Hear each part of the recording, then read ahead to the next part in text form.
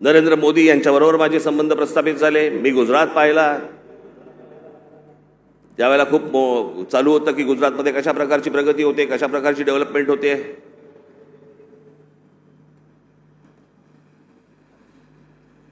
आणि ती सगळी प्रगती, सगळी ती डेव्हलपमेंट मी पाहत होतो. मला माहिती होतं. मी त्याच्यानंतर मी जेव्हा मी महाराष्ट्रामध्ये जेव्हा आलो, मला पत्रकारांनी प्रश्न विचारले, कसं वाटलं गुजरात.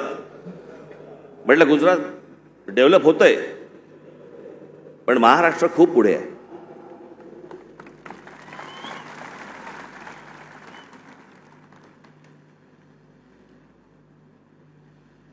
आणि मग त्यावेळेला ते जसे जसे त्यांच्याबरोबरचे संबंध माझे प्रस्थापित व्हायला लागले, एक वेळ आली या देशामध्ये हा राज ठाकरे पहिला माणूस होता ज्यांनी या देशाचे पंतप्रधान नरेंद्र मोदी व्हावेत असं बोलणारा पहिला माणूस मी होतो. त्यांच्याही पक्षातलं कोणी बोललं नव्हतं तोपर्यंत. मला असं तेव्हा वाटलं की बाबा आपला एक स्वतःचा विचार असतो, त्याच्यात माणसं बोलत असतात, माणसं काही गोष्टी सांगत असतात, माणसं स्वप्न दाखवत असतात. स्वप्न सत्यामध्ये उतरावीत अशी प्रत्येकाची अपेक्षा असते, आशा असते. आणि मग ज्या वेळेला 2014ची निवडणूक झाली, 2014च्या निवडणुकीच्या अगोदर मी काही अनेक भाषणं त्यांची ऐकत होतो. आणि 2014ची निवडणूक झाल्यानंतर मला असं वाटलं, अरे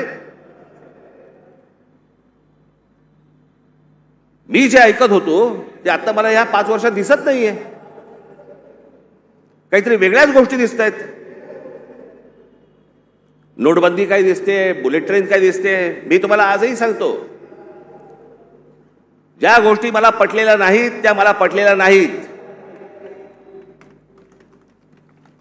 उद्या कितीही संबंध परत चांगले झाले किंवा नाही झाले तरी ज्या गोष्टी मला चांगल्या वाटल्या स्वागत करणार, ज्या गोष्टी नाही पटल्या विरोध करणार.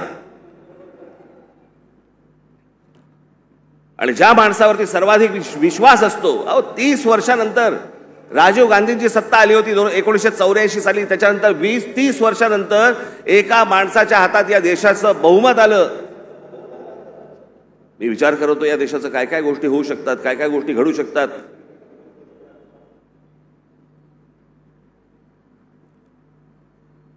ज्यांचा संबंध नसतो ना तुमचा, त्यांच्याकडे तुम्ही दुर्लक्ष करता, 2 शिव्या आसरताना दुर्लक्ष करता.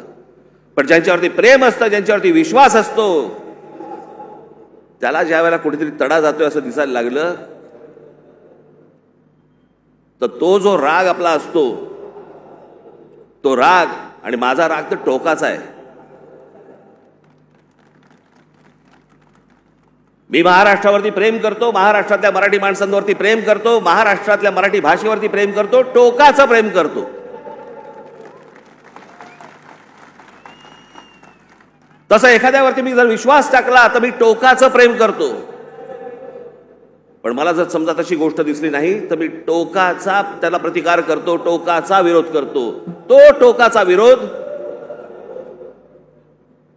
तो 2019 सालच्या माझ्या त्या लाव रे तो व्हिडिओचं काय त्याला कोणीतरी टॅगलाईन दिली, लाव रे तो व्हिडिओ. पण त्या सगळ्या गोष्टींमध्ये ती गोष्ट तुम्हाला दिसली असेल. होय, टोकाचा विरोध केला मी.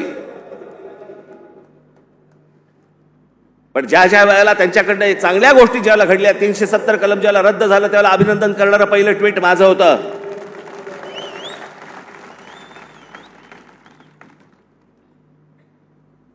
गेल्या 5 वर्षामध्ये ज्या गोष्टी चांगल्या गोष्टी घडलेल्या आहेत त्याचं अभिनंदन केलंय, स्वागत केलेलं आहे. एनआरसीच्या बाजूने मोर्चा काढलेला आहे.